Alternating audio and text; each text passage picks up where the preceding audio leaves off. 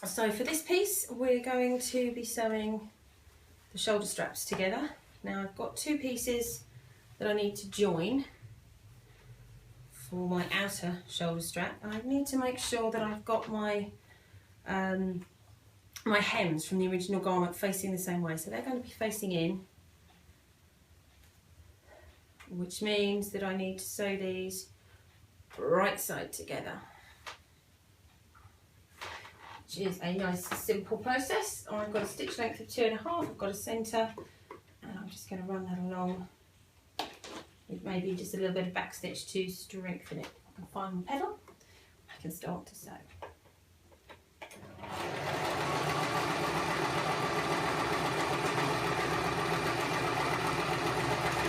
Yeah, that's the first piece done.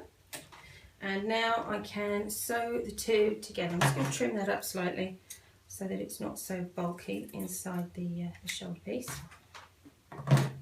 And I'm going to find one end of my fabric and sew the right sides together. So just double check where my right sides are and then sew these two together. So I shall sew down one side and then I shall sew down the other.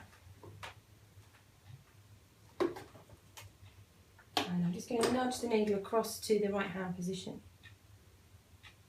No, I'm not. I'm going to leave it central. And then just run along the edge of the fabric so that I've got a guide for my stitches.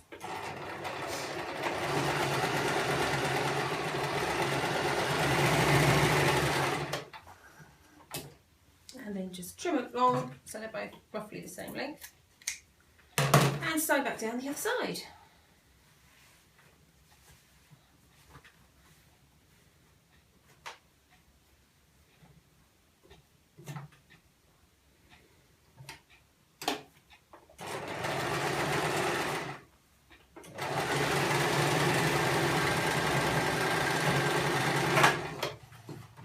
So now I will attach a pin, safety pin, and turn this through the other way. Just 1 second while I get a safety pin. So here we go, out of my trusty pin pot. Thread it through one side and turn it in on itself. And thread through.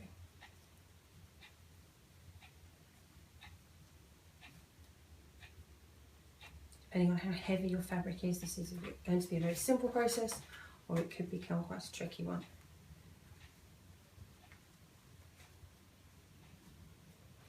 But generally, once you've started the turn, the rest of it follows through quite happily.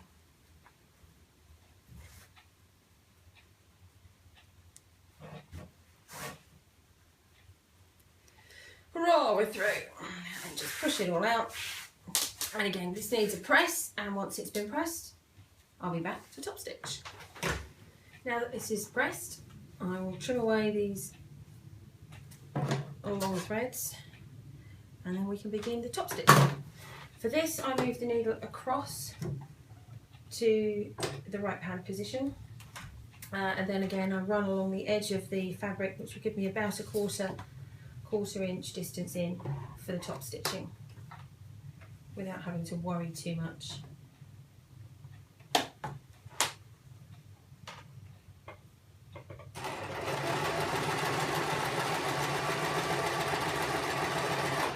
So then I'm not sure whether you can see it, but it's a nice even top stitch. So once I've got this top stitched, I will pin and sew the border on for the flap.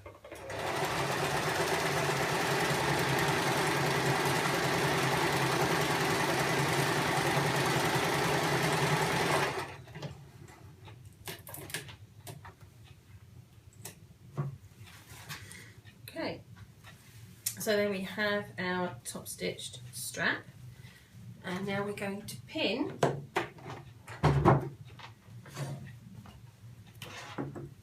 the flap, the top flap in place. I need to make sure that the corners align properly, and then pin in.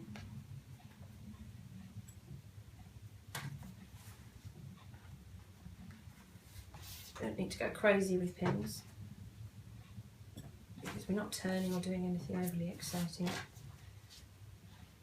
We're going to be simply attaching the binding on, which I will sew on from the back. Then I will fold and sew into place on the front.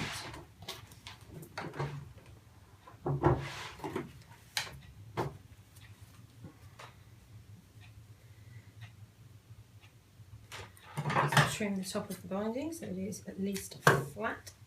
So it folds in, folds over. Just trim that off. So I've got a nice flat piece to begin with, and then we'll sew that on and around, taking care when it comes to turning at the corners. Move the needle back to the centre so I know exactly where it's going, and I'm going to lengthen my stitches out to 4 so that I am basically basting this in place.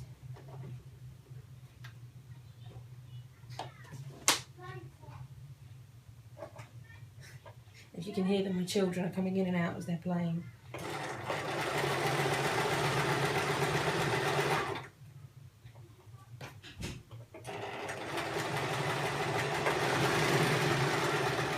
I have sewn on the binding with a longer stitch from the reverse, and then I have folded it round and pinned it in place. You don't really need to see me pinning.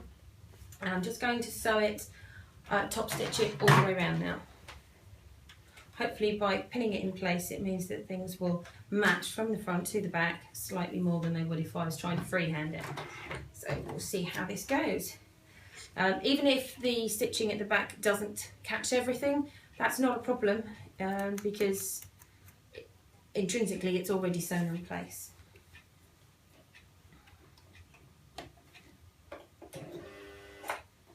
You might want to drop your stitch down from a 4 to about 2.5. If you're removing pins, remember to leave your needle in the down position so that it holds everything in place to maintain the integrity of your sewing.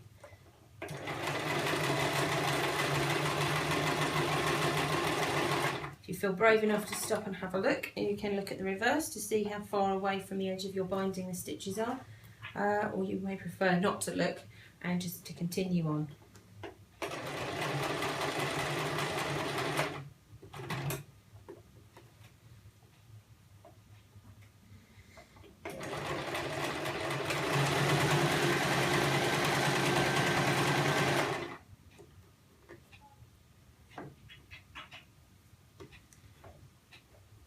And again, you can probably hear my children in the back garden. They're setting up a barbecue.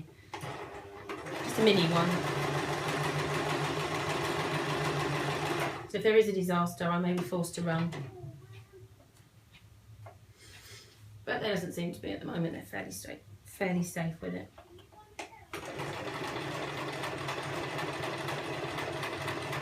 Having been Cubs and Scouts and rigorously trained in how to use these items, it's not quite as worrying as it may sound.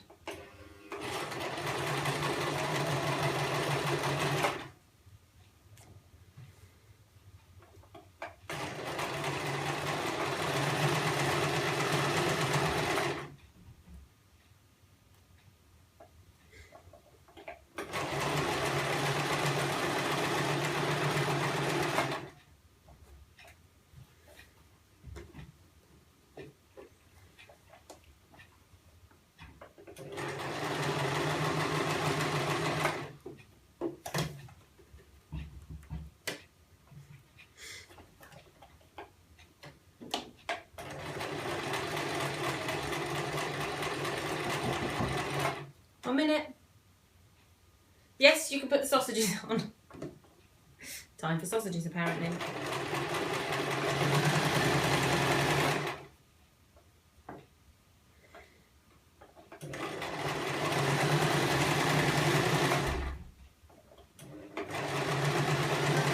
Not quite sure where that bright fuchsia pink thread came from then.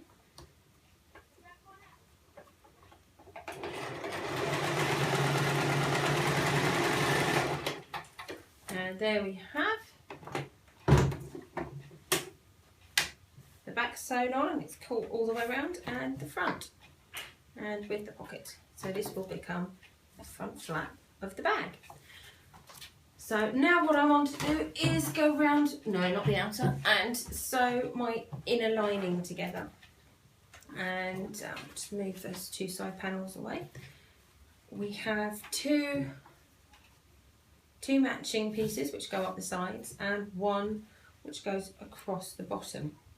So what we're going to be doing is sewing these together with the smallest piece in the centre.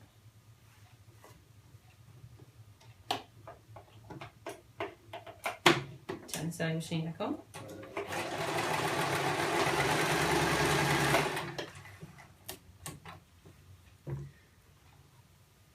Make sure that they're all still the same way round, right sides together. There's nothing worse than actually sewing them like that, where you realise that you've done that completely wrong. So you need to make sure your right sides are always in the same direction. It's very easy to miss, and very annoying if you do miss it. So for this bag, I'm actually using the same width, which is the width of my presser foot. In the pattern, I use a 1/4 inch seam allowance. As long as you're consistent, it won't make much difference. If you want to be absolutely 100% perfect to the pattern, then go with the 1/4 inch seam allowance, which in my case would be the needle move to the right, but I'm going to go with a central position just to keep things easy as I am progressing through for you guys.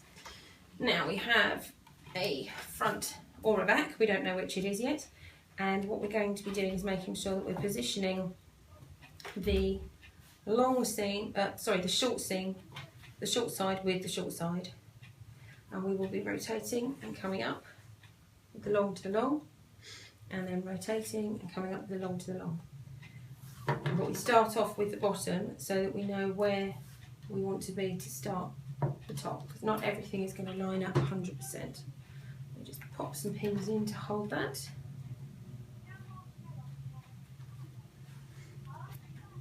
And what I'll do is walk you through it, but we'll stop about a seam's distance from the edge and pivot, push everything out of the way, and then move around. I'll show you exactly what I mean by that.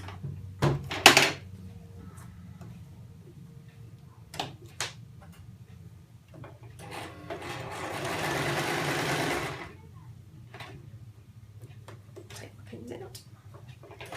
I'm going to sew down the edge.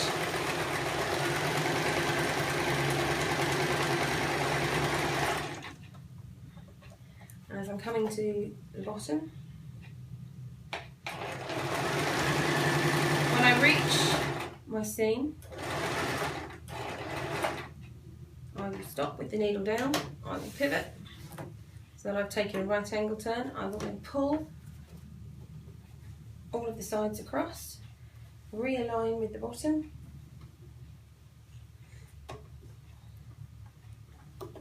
drop my presser foot, and then continue on.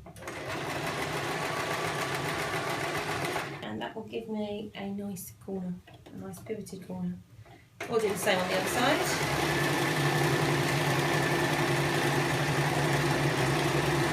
So we see where we think we need to pivot.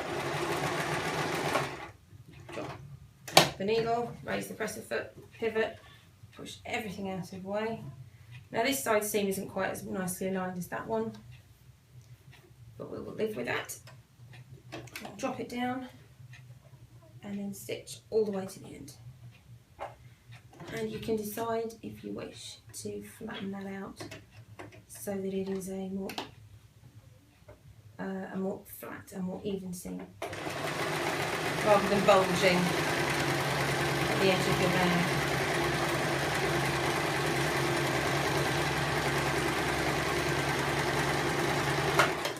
And there we have the first half of our lining sewn together with quite a nice little corner there. Some excess threads which I can deal with later, snip those off, pull them out, all those fun things. There we go. And now what we're going to do is pop the other piece on. We need to make very sure that we've got this the right way around and we haven't got it widthways, otherwise it's going to cause all sorts of mess. And we're going to go through the same process. Well, we will sew it down, pivot, sew across, pivot and come back up again. We need to make sure that we're not sewing the other side of the bag into it at the same time. So lining everything up from the bottom. Oh, I can smell that barbecue.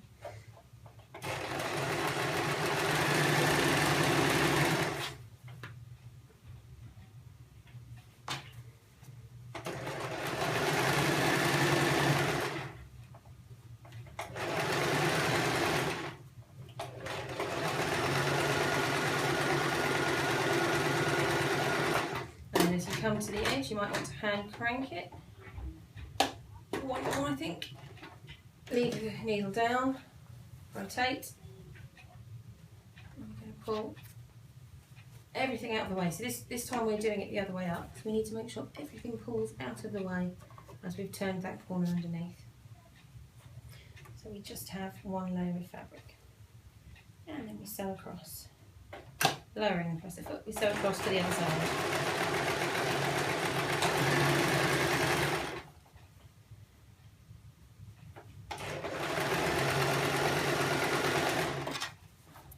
As we reach a seam's distance from the other corner, which is not in line with the seam, remember.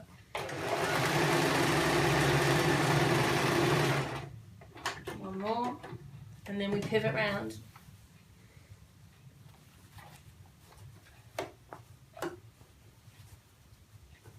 Line everything back up. Drop the presser foot down. Make sure we're not actually catching anything underneath. Open out that seam from earlier, as we did, and sew straight up.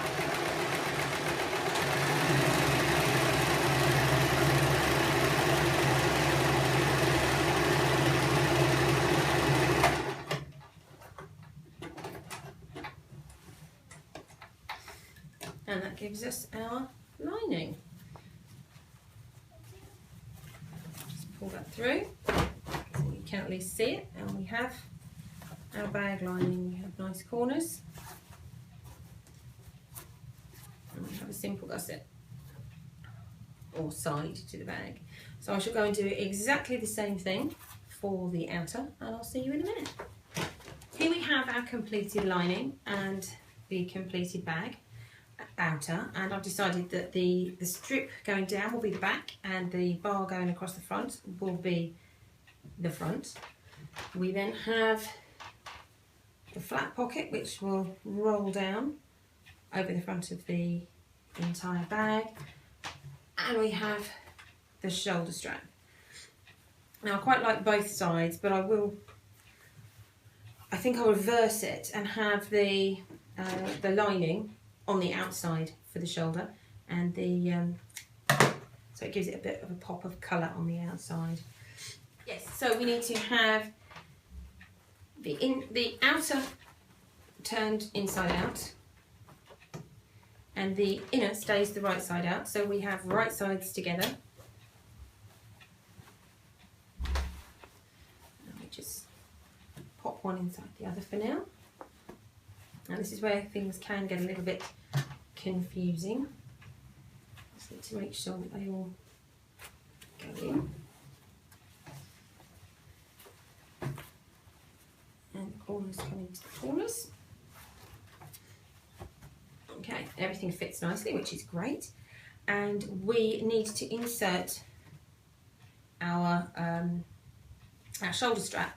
Now we have to put the shoulder strap in between the two, and we need to make sure that it is not going, and this is a nice size across my waist, and this we need to make sure is going to not be twisted. So we pop it in between the inner and the outer lining, and we take one to one side, and whichever fabric you want on the outside of your strap, you place that facing the outer of your bag, and then pin that in place. I shall pin that to begin with. And then you take the other side and pin that in place. If you're feeling confused, if you feel the need to take it apart and try again, that's fine. The first time you do something like this, it does feel very, very confusing. And then we're going to insert the flap. And the flap, again, will go in between the lining and the outer fabric. And you need to remember that we're not putting it on the front of the bag, we're putting it at the back because it's then going to flap across to the front. And the simple way to remember this one is you put outer to outer, lining to lining. So what I'm going to do is just pop the pocket flap in, and it's going to be right side to right side, lining to lining. And it needs to be at the back of the bag because it will then fold over to the front. So just sort of squish that in. Not interested in how it hangs, folds, or does anything inside all this mess to start off with. We just need to make sure that it's sewn in across the top. We can then pin that in place temporarily. Now what I'm going to do is have it rolling around the side. No, I won't. I'm just going to have it pinned in. Now for some reason mine has come out slightly wide, but I'm guessing that's because I cut on the bias, but that's okay, because what I'm going to do is give it a nice little crease, a little pleat on one side, and then another little pleat on the other, although preferably not on top of that fat seam. I need to make sure there's no seam on here and no seam on there. I'll just give it a teeny tiny pleat there and a teeny tiny pleat the other side. So we'll just pin that in place. And then give it another pleat going in the opposite direction on this side,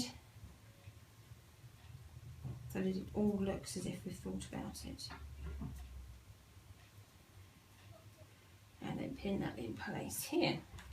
So now that we've got our flap and our straps pinned to the outer, we now need to actually go around and pin the inner in place. So again, we can shuffle everything down internally. Make sure we're not catching anything else anywhere that we don't want it to be, and line up our edge seams, making sure we don't catch the strap in that edge seam position, and then pin that round. And it looks rather complex, but it isn't when you're actually pinning it in person. Seams go together and pin, and then pin around, find that seam, push the shoulder strap right out of the way. We don't want that shoulder strap being caught in the seam in these stitches at this point, and then pin that in place. The rest of that fits nicely. We'll put one more in the centre. And then we come round to the other side and we do the same again. We check the corner seams are aligned,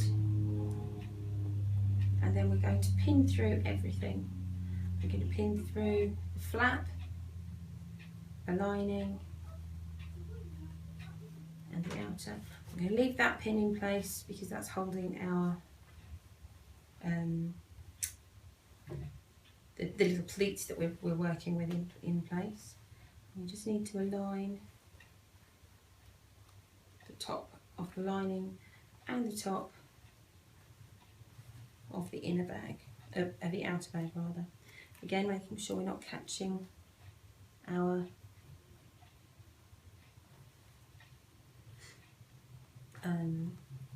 shoulder straps anywhere we don't want them.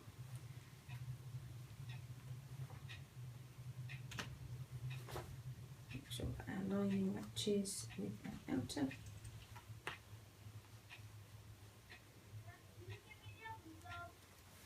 And so now we can use that pin that we're holding the little pleat in with, and we can use that to go all the way through everything. Okay, seem to have about 1 billion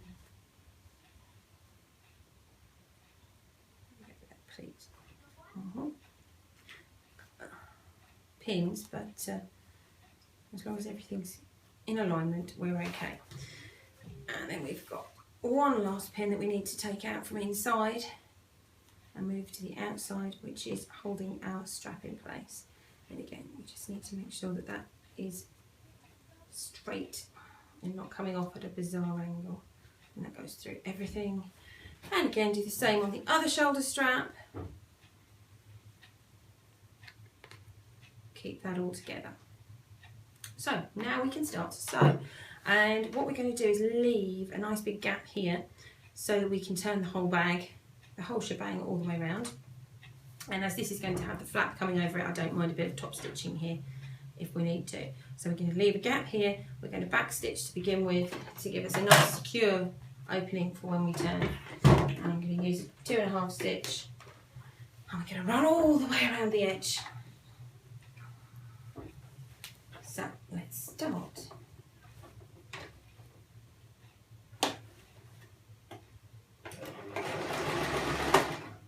Bit of back stitch. And we go.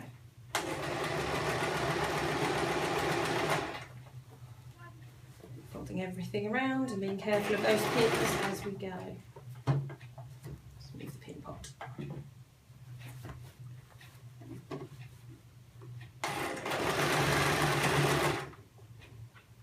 We're going to be going through quite a few layers now as we come around. So we just need to make sure we're consistent. We're slow and even pace. And check to make sure that you're capturing both the front and the back. Make sure you're not sewing over any pins.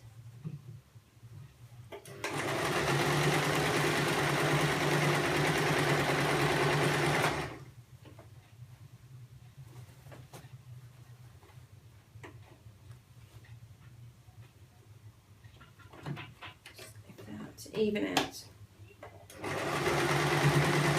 that little pleat that we put in, and rotate again.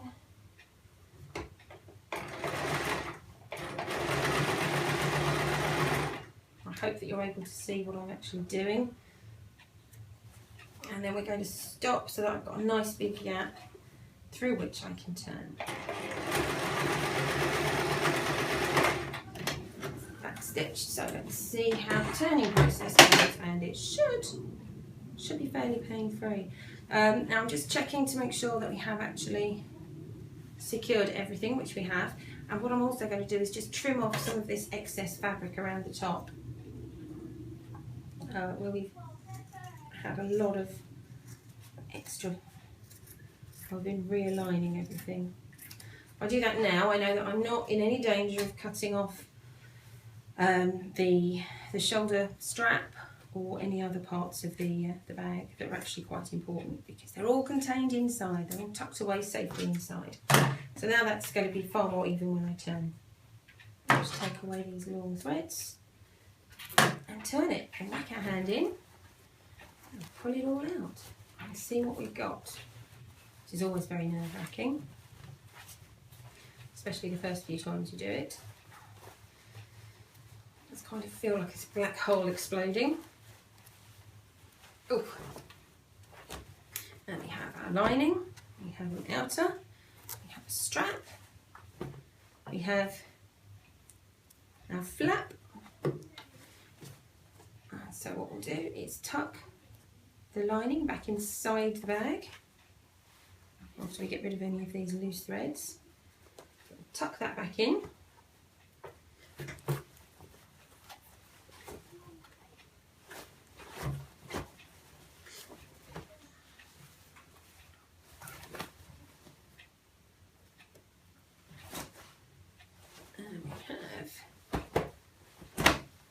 Very nearly finished bag. We have a fully lined bag. We just need to press and then top stitch. And we have, with a couple of pleats at the top, which actually look quite fetching, a flap to go over the top of it. And as you can see, we have a contrasting strap. Quite like that contrasting look. So I will now go and press this and come back so that we can finally stitch this up. So the last task is now to sew this closed, and I have pressed it, so it should be a very simple process to stitch that with a single top stitch. I'm going to move the needle to the right and I'm going to stitch my way around. I'm going to start on one of the side seams so that it's less obvious that I'm top stitching, starting and stopping, and I'm going to sew back and forth a couple of times just to make sure it's nice and strong, a very strong edge.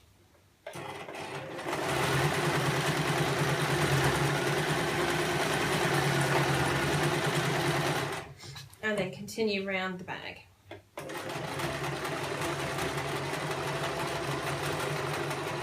And now hopefully you can see the reason why I kept a very, very strong pressing, which gives me a line to follow as I go around.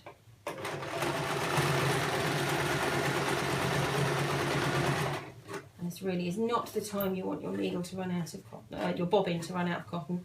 So make sure before you start this process that you have actually got a nice full bobbin.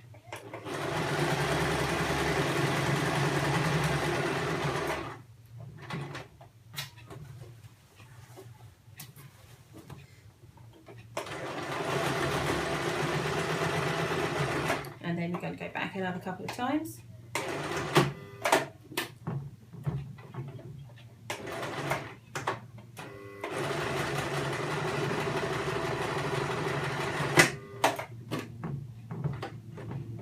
Just to secure everything in place. And we come around to the last little piece, and this is where we close that gap, the turning gap.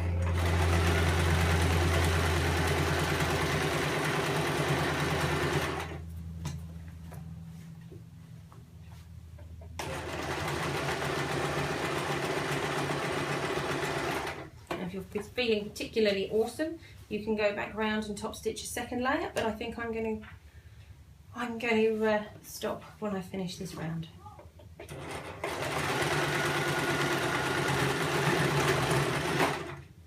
Back stitch just a little bit to make sure that it's all secure.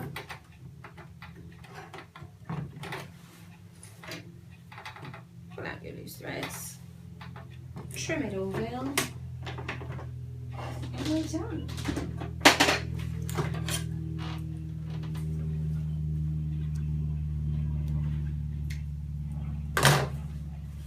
And there we have our messenger bag.